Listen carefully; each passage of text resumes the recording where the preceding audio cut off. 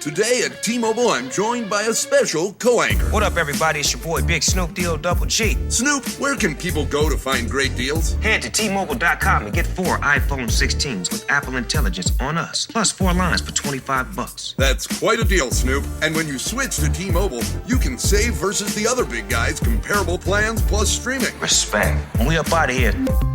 See how you can save on wireless and streaming versus the other big guys at T-Mobile.com/switch. Apple Intelligence requires iOS 18.1 or later. I can say to my new Samsung Galaxy S25 Ultra, hey, find a keto-friendly restaurant nearby and text it to Beth and Steve. And it does, without me lifting a finger. So I can get in more squats anywhere I can. 1, 2, 3. Will that be cash or credit? Credit. 4. Galaxy S25 Ultra, the AI companion that does the heavy lifting so you can do you. Get yours at Samsung.com. Compatible with select apps. Requires Google Gemini account. Results may vary based on input. Check responses for accuracy. Wonder-working power in the precious... Incredible as they seem, are not the results of mass hysteria.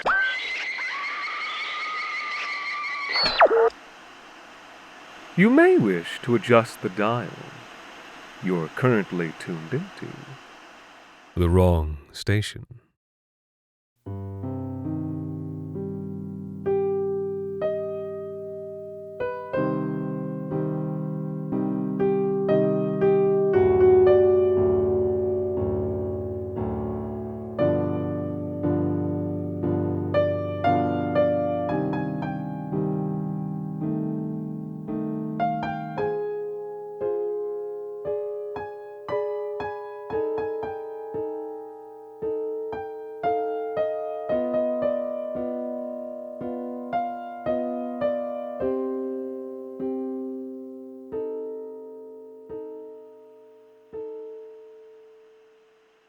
Greetings and welcome to you, dear listener. Welcome to the self-guided audio tour for the 10-year retrospective of the great Eloise Kestrel's life and work. But more on her later. I can feel your ears twitch and your brow furrow as you stand there wondering who exactly this handsome voice belongs to. Never fear, though. Unlike Damien Hirst's infamous Dead Shark, I won't keep you in suspense. Yes, your suspicions are correct. It is I, Charles Malothrus. Charles Malothrus, beloved art critic, recipient of the Order of Canada, and winner of the prestigious Kristen Prescott Award. I am the foremost expert on the work of Eloise Kestrel. My best-selling titles include The Witching of Eloise Kestrel, Numerology in Kestrel, and the Pulitzer-nominated Eloise Kestrel, An Unexamined Life. All of these volumes are available in the gift shop on your way out. Lastly, I'm the gracious recipient of honorary degrees from Harvard, Oxford, Cambridge, Carnegie Mellon, and several other institutions, not worth mentioning in such a brief introduction. But you are now standing at the precipice of my crowning achievement as an art critic and curator, the Eloise Kestrel Career Retrospective Exhibit, which commemorates the 10th anniversary of the artist's death at 31. Eloise Isabel Kestrel, also known as the Oracle of Canada, but I shall call her Eloise from now on. After all, we were friends. What can be said about Eloise that hasn't already been said? In fact, what can be said about her that hasn't already been said by me? She is one of the great guiding lights of Canadian contemporary art, and, despite a foolish departure into performance later in life, one of the few modern artists to become a household name. Eloise was born in the quaint village of Hampton, New Brunswick. While researching my acclaimed book, I endeavored to drive through Hampton. In fact, I drove through it several times before realizing that this was, in fact, the entire village. It is hard to imagine more humble beginnings for Canada's blind oracle. Yet it was here that her vision began to take shape. Now gaze upon several representative pieces of her juvenilia which stand in front of you, produced between the ages of 9 and 17. Many of these sketches are of meager Hampton, sketches which almost vibrate with her hatred of this insignificant town. After them, a still life of flowers collected from the side of the road, tolerably rendered in watercolor. Below that, a portrait of her father, grinning ironically, painted in kaleidoscopic hues. It is hard not to see his contempt for her artistic desires, his lack of encouragement. Imagine if he had successfully pushed her away from the arts. What a loss that would have been. Here I shall read from Eloise's private journals on the very subject. Dad sat for me today. He was practically bouncing on the chair, trying to make me laugh. He wanted to see my improvements after a summer at art camp. By the end, all I could see were the flaws in the portrait, but he told me I was working hard and should be proud of that. Brave girl.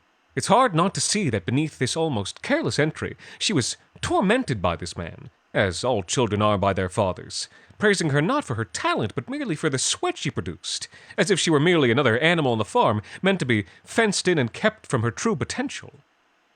I have a soft spot for the young Eloise.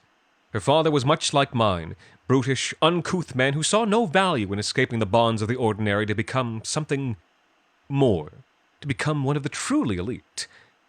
That life would begin when Eloise entered university and was exposed to the keen intellect and prodigious talent of her peers, myself chief among them. Let us admire one final example of her early technical feats. On canvas, this is a classic landscape in oil. Here, Eloise shows us a maritime beach, but she, like many young artists, has made the error of arriving at the wrong time of day. She's not captured the glorious sunrise, nor the sultry sunset, but instead the dull, foggy pre-dawn. The clouds here are gray oil smeared across the canvas like mucus in layers a quarter-inch thick. The sand contains a hint of salmon within the brown, capturing the iron content on the beach. A set of footprints disappears into the water. On the horizon, there is a feminine touch of yellow where the sun will rise. Glaring flaws aside, it's not bad for an amateur. It was the crowning piece for her portfolio, a portfolio that was deemed worthy of a scholarship to the elite Trinity College, the university of choice for the children of Canada's titans of industry and art, whose mere whims can move the entire earth, the only place for great minds like Eloise's and mine. Once safely ensconced on campus, her cruel father caged far away in Hampton, Eloise was akin to a seed in rich, fertile oil. She only needed the sun and rain of the student-artist community to begin her growth. Meanwhile, I had received a full scholarship to study pre-Christian religions and art history, also at Trinity College, despite my father's lack of financial support. I've always been drawn to secret knowledge, to the hidden tongues and symbols that the great used to commune with the great. Perhaps this is what has shaped me into the leading critic I am today. But, as we'll discover, my education would have a larger impact than anyone expected, both for myself and, sadly, for Eloise. I first met Eloise as I left a dinner party hosted by my dean. My humility usually forbids me from saying this, but I must admit, even among the brilliant professors in attendance, I was sparkling. Something of an academic coming out for me. She and I passed in the hallway, me stepping down wearing a light linen suit, a shirt open in the Italian style, her trundling up with her canvas and oils, all 5 foot 10 inches crammed into a house painter's coveralls. She was the only person I'd ever seen dressed in such a fashion.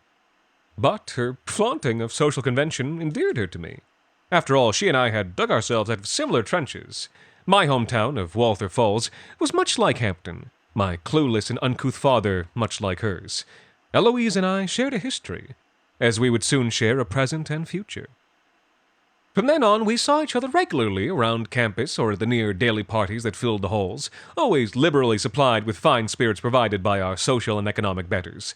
At these parties, I would hold forth on Gnostic religions, telling chilling and lightly embellished stories about human sacrifice and the demonic horrors that lurk behind the veil.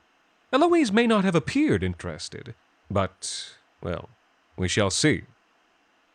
It was the kind of intellectual marriage that our fathers would have hated. He was happy to work his 9-to-5 custodial shifts and read his Stephen Kings. Little did he know that his son's writing would soon command an entire library shelf. Excuse my digression. Hanging before you is Eloise's first work on a large canvas, titled The Maintenance Women. It shows the grand hall at Trinity College after dinner services ended. The students of this elite institution are nowhere to be seen. The great lights in the chandelier are dimmed. The small forms of cleaning women, many clearly immigrants, are seen tidying plates, tables, and overturned chairs. They perform this work in the shadow of the hall's great tapestry depicting Solomon meeting the Queen of Sheba. As a technical piece, Eloise has managed something brilliant. Look closely at the brushwork, how she lovingly crafted each and every grain of the carved wood in the great hall. And yet, both the hall and the tapestry feel devoid of life.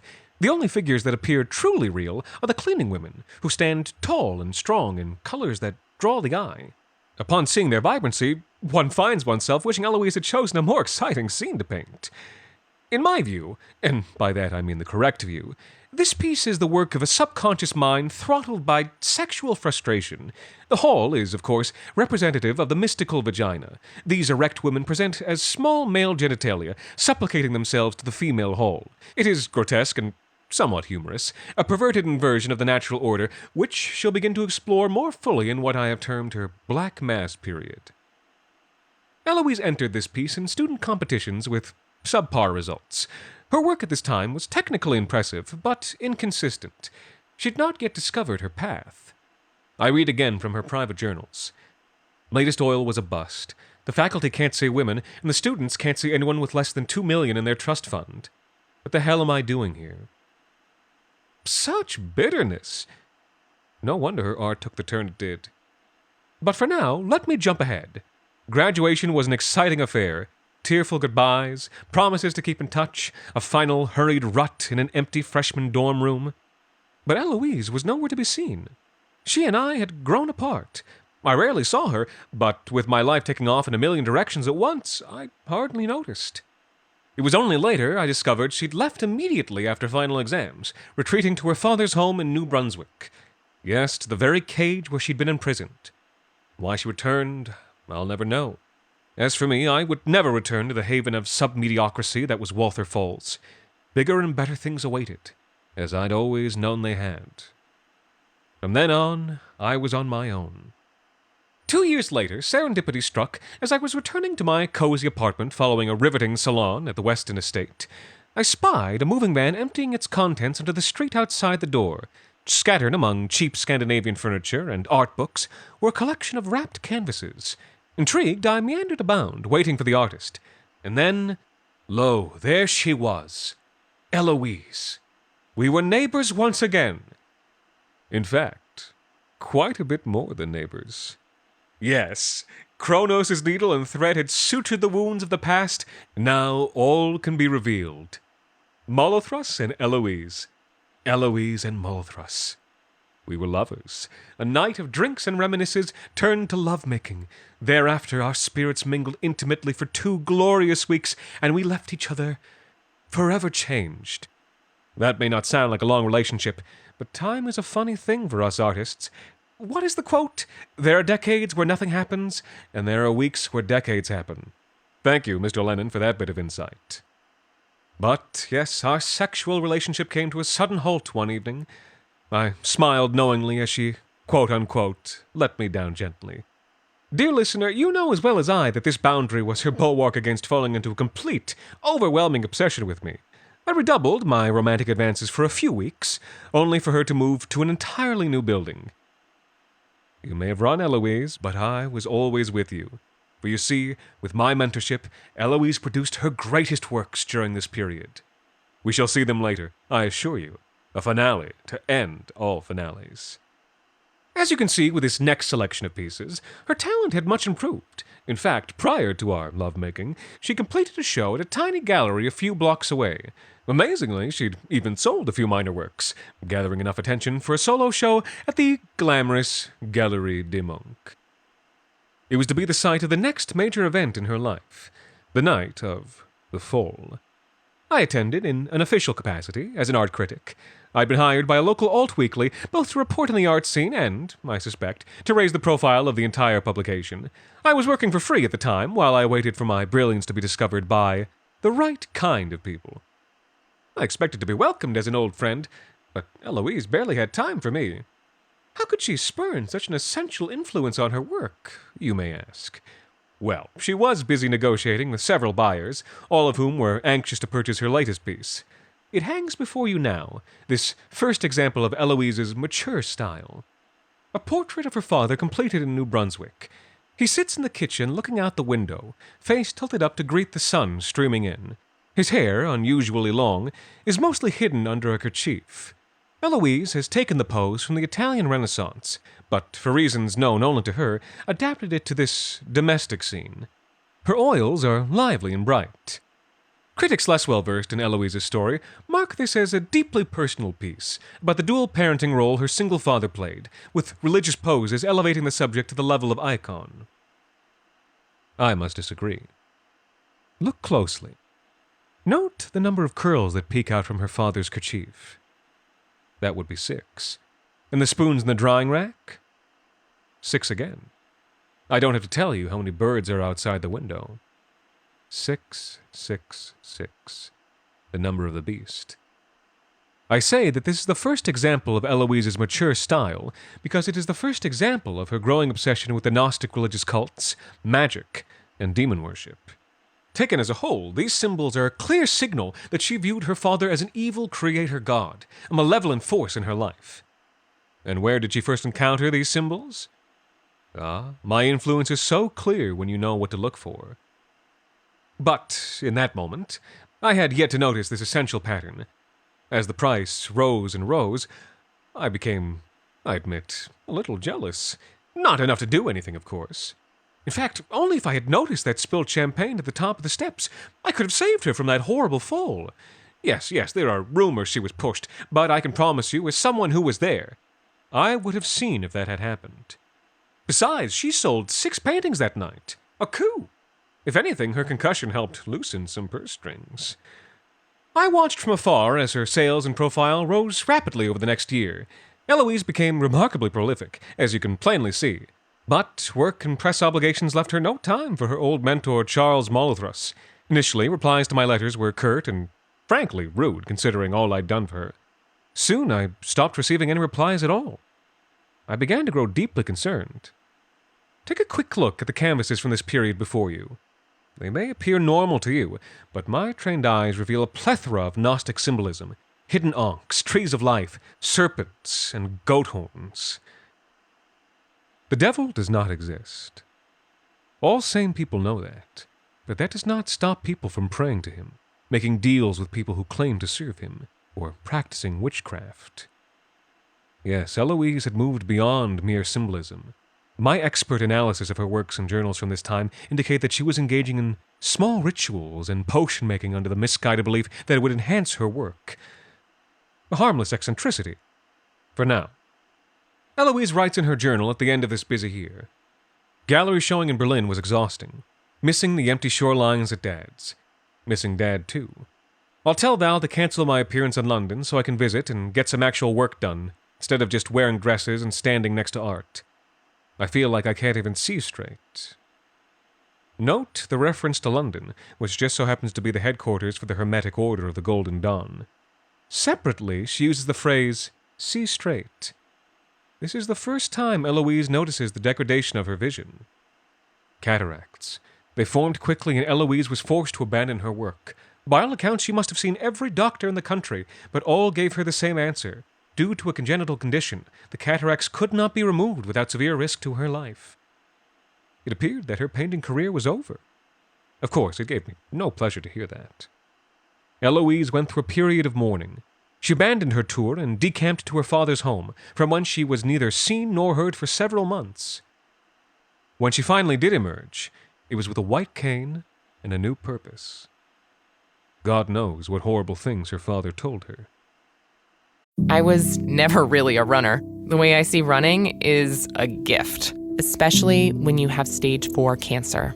I'm Anne. I'm running the Boston Marathon, presented by Bank of America. I run for Dana-Farber Cancer Institute to give people like me a chance to thrive in life, even with cancer. Join Bank of America in helping Anne's cause. Give if you can at BofA.com/supportAnne. What would you like the power to do? References to charitable organizations is not an endorsement by Bank of America Corporation. Copyright 2025.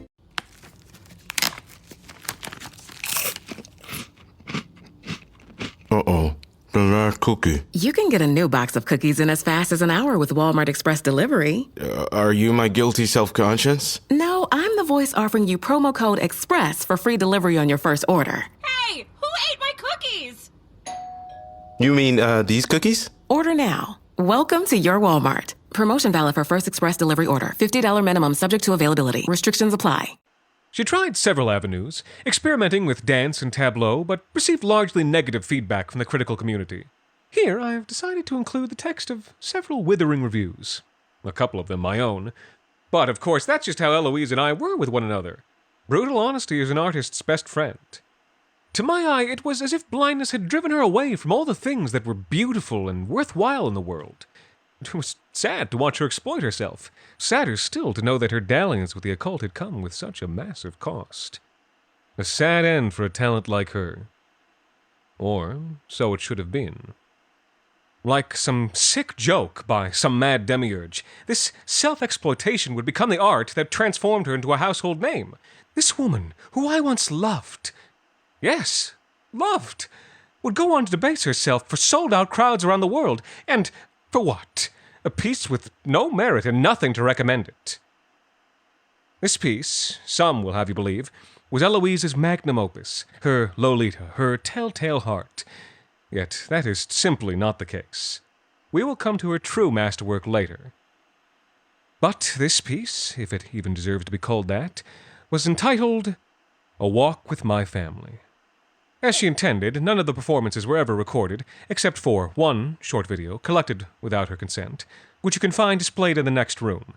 Personally, I recommend against watching it, and, in fact, I argued against its inclusion in the retrospective. Instead, I shall describe it to you. The stage would be empty, except for a simple wooden box. After surrendering their phones, the audience would file into the auditorium. They would take their seats, get comfortable, discuss sophisticated things like restaurants and wines. Then, Eloise would hobble in with her cane. She would not speak to quiet the audience, merely stand quietly until they noticed her. It hardly seemed to matter if they were paying attention. She stood almost as if in a trance. The effect was not helped by her degrading eyes, which stared off into the middle distance, cloudy as an overcast sky. 300 slips of paper were nestled within the wooden box. She would pull one out, read it to herself, and then replace it in the box. Then she would exit the building. The audience was given the choice to follow or not. Eloise would lead the audience into an outdoor arena, the gallery gardens, the nearby woods, even a construction site if nothing else was available. A circle of high-visibility flags would transcribe a rough, wide circle about half a kilometer in circumference, which wound around the uneven terrain, rising and falling, passing over tree roots and rabbit dens. Auditorium chairs would be placed in the center of that circle. Once the audience were seated, Eloise would take her position at the first flag and begin her performance. Her walk. The first few circuits were easy. The audience would watch as she carefully stepped her way around them, twisting in their chairs to follow her progress the entire 360 degrees. Though as night fell, which could be as early as 4 p.m. depending on the latitude of the country and time of year, she would begin to stumble. The path ahead dissolved into night. Her feet would catch on exposed rocks. Her ankles would be slapped by errant shrubs. She would fall. Yet she would not stop. The audience would become unnerved, uncomfortable watching this beautiful woman torture herself. Some audience members would leave. Most stayed. Then, after Eloise had fallen a few times, something surprising would happen. Unbidden, one of the audience members would leave their seat. They would help her up, lifting her to her feet. She would acknowledge the help with a slight nod, and then continue the circuit. Inevitably, she would fall again, her gazelle legs akimbo, and this time 3 or 4 audience members would help her to her feet. She would continue the walk, no steadier than before, even less steady from the accumulated scratches and bruises. Perhaps one would stay with her for the rest of the circuit, holding her arm. But then they would both fall. The rest of the audience would rise in a slow wave, as if understanding something. They would walk by her side, gently holding her arms. Or maybe a group would walk in front to act as a warning system for uneven ground and catch her as she fell forward. Or perhaps they would form a circle of checkpoints along the circuit, guiding her from one person to the next. Or maybe the audience would guide her in shifts, rotating every few circuits almost without communicating. They would exit and enter the circuit when it seemed right, not caring about dirtying their going-out attire. I saw more than one Hermes scarf trod underfoot. A miserable casualty. But there was one thing the audience would never do. They would never carry her. They would never walk for her. They seemed to understand that she would simply not allow this. The walk was her responsibility. And what was that responsibility? It was whatever they decided. They were free to leave. Eventually, the walk would end. Eloise would guide them back to the gallery. They would get their phones, collect their things, and return home. Some nights it would be over almost as soon as it began. Other performances would continue well into the next day. For you see, only Eloise knew how long her walk would be. Those slips of paper, the ones in the box, had the numbers from 1 to 300 written on them. An entrancing meditation on disability beautifully blurs the line between artist and viewer, a performance piece that will change your life. That's what the critics said, and people rushed forth to participate. Some critics said that. As you can guess, I was not among them. I mean, really, such drama, such narcissism, and for what? Nothing. What is being said here, truly? I see nothing beautiful about codependency. I see nothing profound in piteous wallowing. Worst of all, it created nothing. No great canvas, no lifelike sculpture. It is quote-unquote art that will die with those who experienced it. I ask, how can such work be considered relevant? That is the power of the critic. Through our eloquent deconstructions, we can imbue shoddy work with meaning it simply doesn't have, and the masses will lap it up. In many ways, it makes us more important than the artists themselves. You could see us as a sort of godlike figure, breathing a soul into lifeless clay. I saw A Walk with My Family just one time. She'd returned to Canada to do a show in Montreal. I'd been hired by a small but influential art blog to write a 200-word review. That evening, a massive snowstorm hit the venue. Most of the audience didn't show, and those who did quickly fled the freezing outdoor seats. Eventually, I was alone. As I watched Eloise make her circuits through the 3 feet of snow, I felt nothing but pity. She slipped and slid, gritted her teeth, and kept going. She didn't seem to care that the audience had left, as if completing the piece was somehow more important than that. When she fell for the final time, I could hear her wrist snap, followed by a scream. It nauseated me. There was nothing beautiful in this art. I rose from my seat and trudged home, feeling discouraged and unnerved by the seemingly endless cries for help. I suppose I admire her for returning the next day to complete the work, plaster cast and all. I hardly need note how the movement of Eloise in repetitious circles mirrors occult rituals going back thousands of years, from the Freemasons to ancient Kabbalah. But as this misunderstood piece continued to take the world by storm, a miracle happened. Doctors in Europe found a way to mitigate Eloise's cataracts with minimum risk to her health. Thanks to her global success, Eloise was able to book a flight to Germany and immediately receive the treatment. Within days, she could see again. I was thrilled, of course, but deeply troubled. But why? This should have been the next chapter in her celebrated career, correct? Well, as she describes in her journal, Eloise's cataracts were stellate, which is to say, star-shaped. But we'll return to that in a moment. Breathe in. Now, look up. You now stand before the final work of Eloise's life. A larger-than-life, unfinished self-portrait, that much is obvious, made with unusual paints, which are even now beginning to fade. She sits here on a maritime beach just outside her father's home. Her father had sadly passed away in the weeks prior to the commencement of this work, causing Eloise much distress. While she was surely glad to be without his dominating presence, a death in the family is always difficult. Eloise handcrafted the paint for this work using dyes and pigments derived from the wildlife around her father's home, shells, flowers, and other sources. An untrained eye might see this as a tribute to this man and this place, but one versed in the life of Eloise Kestrel sees the connection between mixing paint and ancient forms of witchcraft. Which brings me to the final tragedy of her life. I had attempted to contact Eloise with my congratulations on her restored sight. Unfortunately, my many calls were left unanswered, and my letters returned. Had she forgotten me? No. Impossible. Something else was brewing, like storm clouds, like a cauldron. Anyone with even a passing interest in art knows the timeline of the following story, but I am the only one with knowledge of the details. One night, with very little fanfare, Eloise appeared on the evening news in an interview segment. In it, she announced to an astonished world that she was returning to painting. Her next gallery show would open in a few months, starting at a small gallery in New Brunswick that her and her father regularly attended. I remember the evening of the interview very well.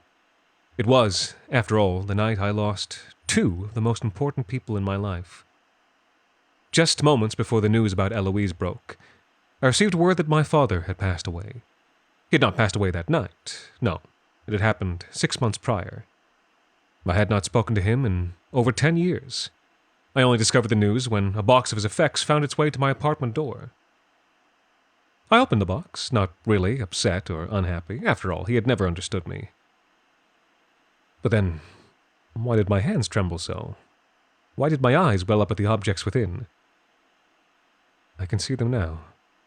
A stack of letters he'd sent me, all returned to sender, of course.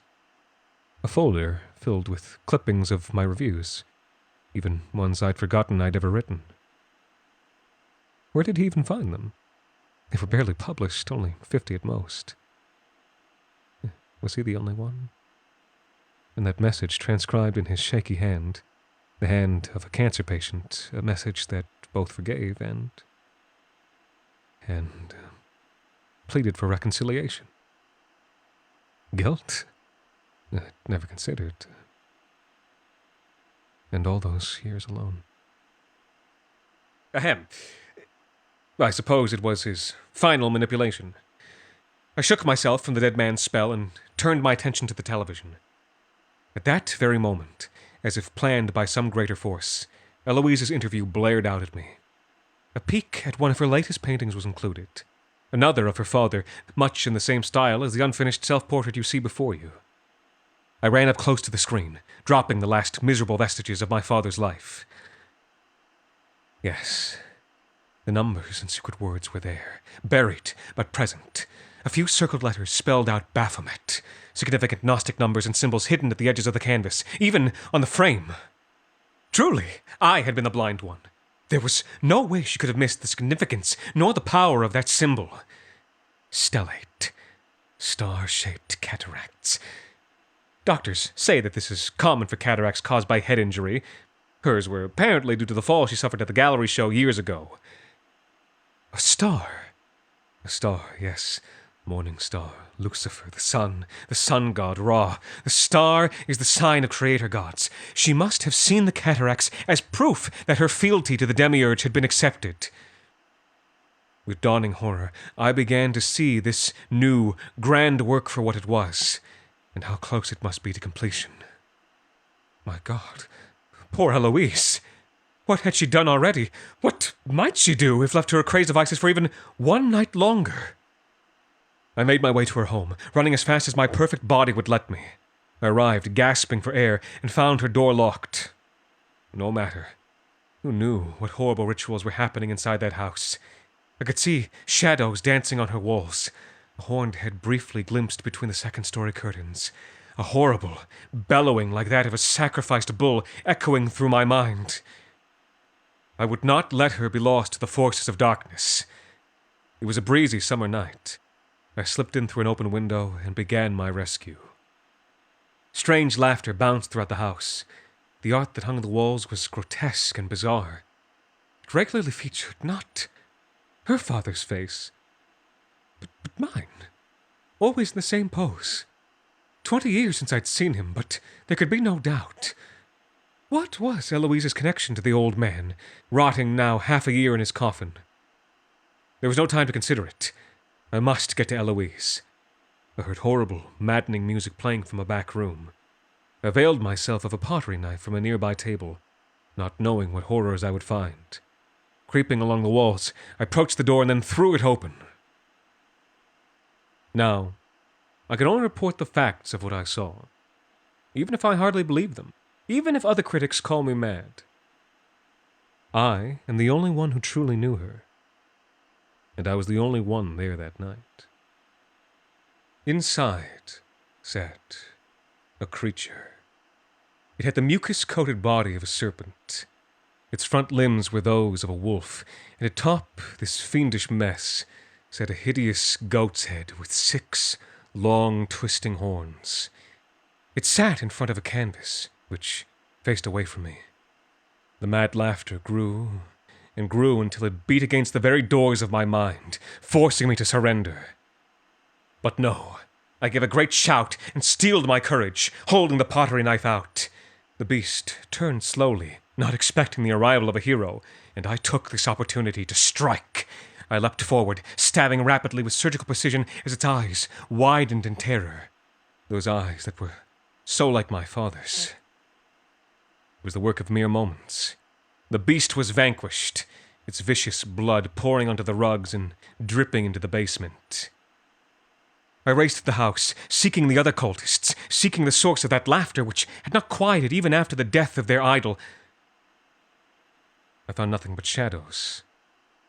Eloise had either fled or been kidnapped. I ran home, fully intending to continue my search, but instead passed out on the bed from nerves, where the blood on my clothes destroyed that final letter from my father. Next morning it hit the newspapers. Eloise Kestrel, found dead in her home after a brutal attack. The goat-headed creature I'd slain, which I now realize must have been some dark priest in costume, had been carted off by his cultist friends along with the paintings of my father. Instead, the gruesomely brutalized body of Eloise now rested in the room next to the canvas. Her murderers had done horrible things to her eyes. Those savages. Of course, I made myself available to the police in my capacity as an art critic and Eloise's dear, dear friend. I showed them the numerology contained in her paintings, informed them of the hidden Gnostic cult imagery. They were art novices, and my tutelage was valuable. Within 3 weeks, we were able to track down a disturbed young man who, after a protracted interrogation, did admit to killing Eloise. Without my help, the authorities would still be investigating. And yes, I appeared on the news a few dozen times to discuss Eloise's life and work. Some say I took advantage and leveraged this exposure into book deals and speaking engagements.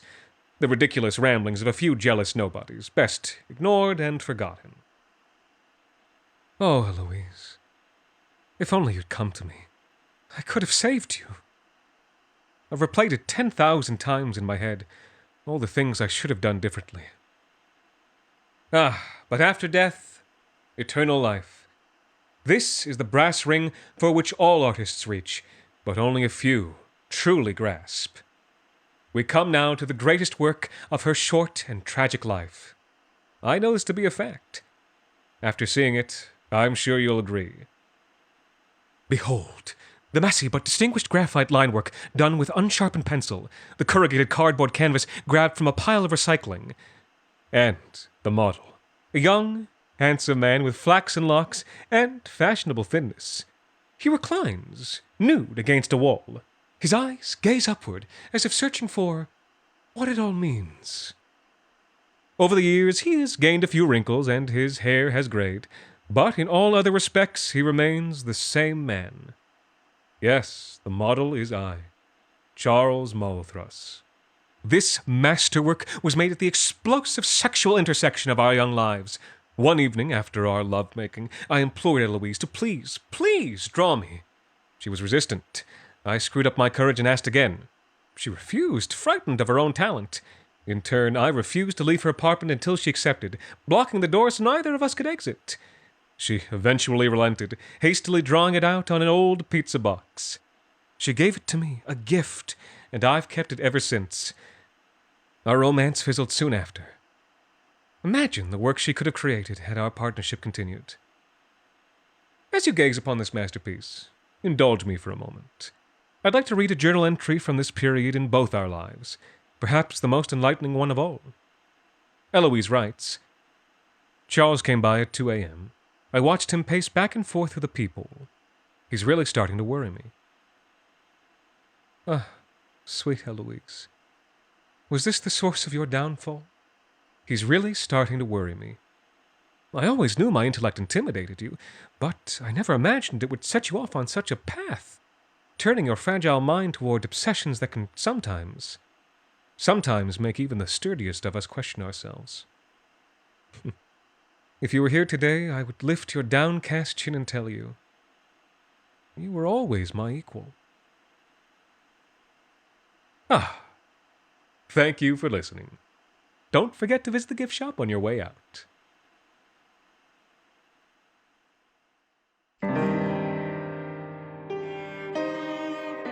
The Wrong Station is made possible with the generous support of our listeners on Patreon. Patrons can listen to The Wrong Station ad-free, as well as get access to bonus episodes, discussions, and more.